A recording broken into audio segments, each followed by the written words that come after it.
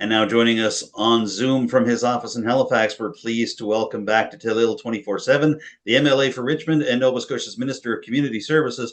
Trevor Boudreau joins us. Thank you, Trevor, for giving me some time here today.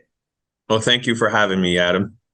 Well, it's good to have you, and we want to get a sense on your particular involvement as the MLA for Richmond and what kind of discussions you've been having with the various stakeholders here, the municipality, with the Department of Public Works. Basically, when did you get yourself involved in all of this as the snow was coming down this past weekend? Yeah, I mean, obviously with forecasts, we were expecting some significant snow, and I would say, it was definitely significant. I think here in Nova Scotia, we're used to having a couple of storms a week where you have 30 centimeters, 40 centimeters of snow, and then you have time to clean them up.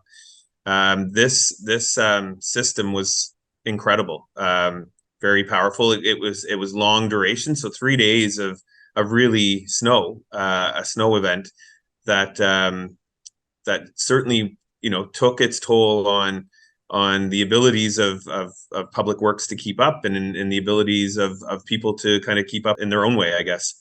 But I was early on, like probably on Friday, I was kind of reaching out to neighboring MLAs, and the minister was in contact with us, just saying like we're starting to look at sending more equipment up there. We're recognizing that there is going to be a bigger challenge kind of in northern Nova Scotia and Cape Breton. And so there were, EMO provincially was kind of starting to have those conversations in the Department of Public Works. And so having those conversations early on, but I was in constant contact, certainly with the local department, our area manager and supervisors, and certainly just providing feedback from what I was hearing and what I was getting on the ground, and relaying it to them.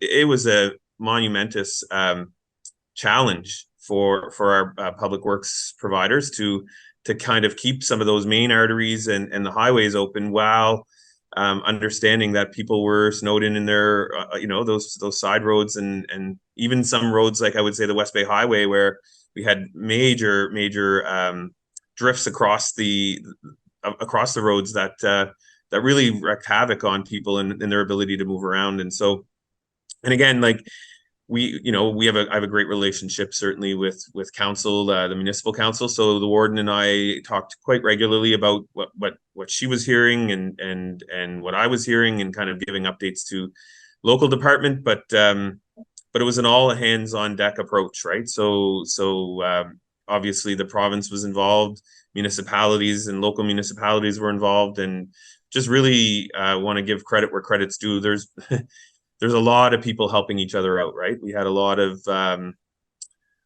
private contractors doing a lot of opening up roads for us. We had neighbors helping neighbors, shoveling, and and that's still ongoing, right? Like we're still getting messages, we're still getting questions from residents about widening roads, and those types of things are going to continue. The department's goal was to certainly have at least one lane open on all roads, so that people could get through. And now they're on that next step of widening some of those side roads as well.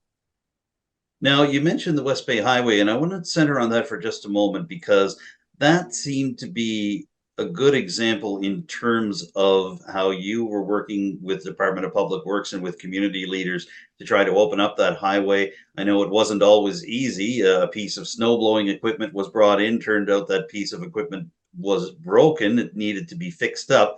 But by Tuesday, the highway was cleared up, and the Department of Public Works starting to work on some of the side roads in those communities as well. Can you tell me a little bit, just isolating that particular area, of what that process is like for you, working with Public Works and working with community leaders to try to make this happen and make the roads safe for people again?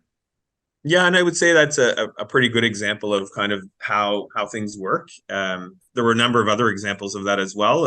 Certainly in the Framboise and Horseshoe area and other areas. But I would say in this particular area, it was identified pretty quick that the normal equipment that we would be utilizing for opening up roads was not going to be successful in opening up that road. And so so quite quickly we had discussions about what's the art of the possible, I would say. And certainly we knew that we were receiving extra equipment from outside of Richmond, and one of those pieces of equipment was a loader with a blower. And like you said, it arrived, and the goal was to get that piece of equipment down to the Dundee area to open up those significant drifts, and that piece of equipment needed some repairs, and so obviously it was going to take some time for that. So conversations revolved around what else could we utilize, and so we were able to get a loader down there along with a plow. And the loader basically opened it up, one scoop at a time, moving from one part to the other, and the plow would go in behind it and wing it and open it up. And then grateful that was be able to happen. And then they could move on to some of those side roads there. But that was a coordination that I would say, the area manager and I, and certainly I would say, a number of those working in with Public Works, it was a team effort in terms of just identifying that challenge and looking for solutions. And that's really important when you're dealing with situations like this. So I'm really pleased at how we were able to manage that. Obviously, it took time to do, but I think we recognized it was an important thing to do. Now, can you tell us a little bit about the process involved in reaching out to the Provincial Emergency Management Office? And that's something that municipalities across the province that have been impacted by this storm have been doing. There have been a few areas that the Richmond Municipal Council have been reaching out to EMO to try to get some action there. Now, do you get involved in that particular process as the MLA, or is it strictly between the municipality and the EMO? Just basically what happens with those specific cases? In this case, there's a regional, there's the provincial EMO, and then there are municipal EMO as well. So and they coordinate between. So there were regular meetings, is my understanding, between those groups to understand what the needs were and how. So those conversations were going independent of necessarily the MLA or even municipal councillors. We were well aware of what was going on and getting information from those, but that coordination, whenever there is a weather event, or whether it's a hurricane or whether it was floods and wildfires, or in this case, a snowstorm, EMOs are working with each other to understand what are the needs on the ground. And that's the really important part to, I think, understand is, as a province, that the needs are different depending on where you were in the province. So yes, that local information from the EMO and from municipalities is so important to identifying what are the needs and how do we help meet those needs in those individual areas. And so I think there's always things you say after an event that what can we work on and improve on. But I would say, generally speaking, I think our EMO offices, and I think the one for us here in Richmond, have done a good job of keeping the province informed, as I'm doing as MLA, with what I'm hearing on the ground as well. On that note, Trevor, it's been literally a week since the snow started falling in this particular storm. We're recording this interview on the morning of Friday, February the 9th. What are you hearing, and what's your sense of where we are now in terms of the overall cleanup and about requests and concerns that you and your office are getting at this very specific point in time? Just basically, where do we go from here?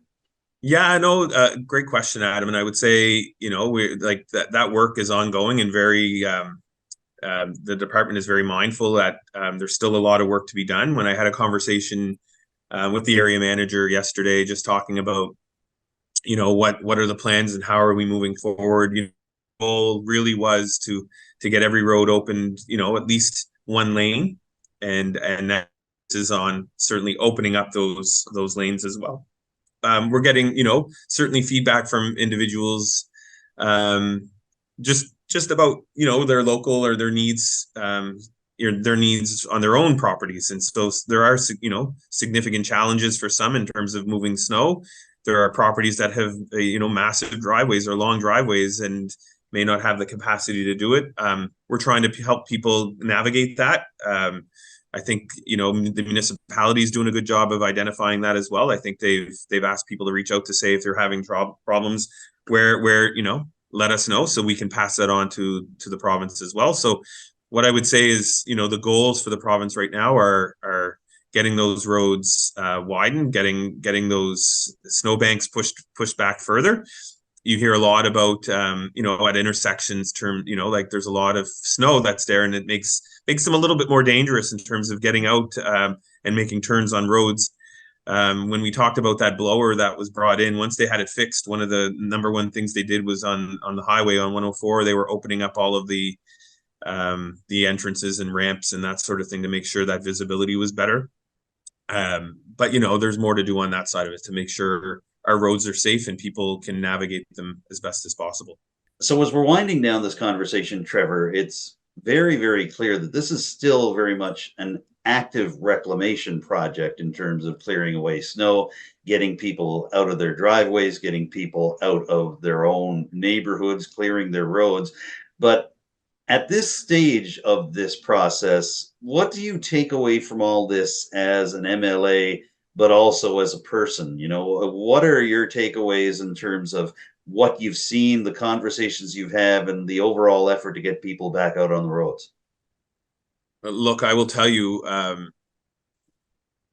the MLA in Richmond, I will say it's incredible. It makes me incredibly proud of how hard everybody worked together to kind of support each other. You hear of some great stories of neighbors helping neighbors, and the local contractors, and getting out there and opening up roads and helping our public works crews, making sure it's safe for people to get out. And there's always the worry of when you have an event like this, the emergency situations that can come up, right? If somebody's has a medical response or emergency, and I would say, we were very attentive to those if those were needed, and I will say everybody took an active role. I would say neighbors helping neighbors. I have a little tractor that I'm fortunate to have, and I was out. I think I put 15 hours on the tractor, just opening up driveways and stuff. But that is exactly what Cape Bretoners do, and I would say the people in Richmond, I give full credit to everybody understanding the challenges that we had. I mean, when you're kind of trapped in your house and you're feeling like you can't get out, it's a very concerning feeling. But people were very understood the magnitude of this and how much effort it was going to take, and it just goes to show how people coming together can really support one another. And kudos to everybody for how they responded to this. And it's certainly it's not something I'll soon forget. Well, that's a good note to end this conversation on. And in the midst of all you're doing in terms of taking in a lot of this information and even getting out and doing some clearing yourself, we appreciate you taking some time, Trevor Boudreau, for Telile 24/7. Thank you for joining me today. Well, thank you for having me, Adam. Trevor Boudreau is the MLA for Richmond and Nova Scotia's Minister of Community Services. We've been speaking to him from his office in Halifax via Zoom.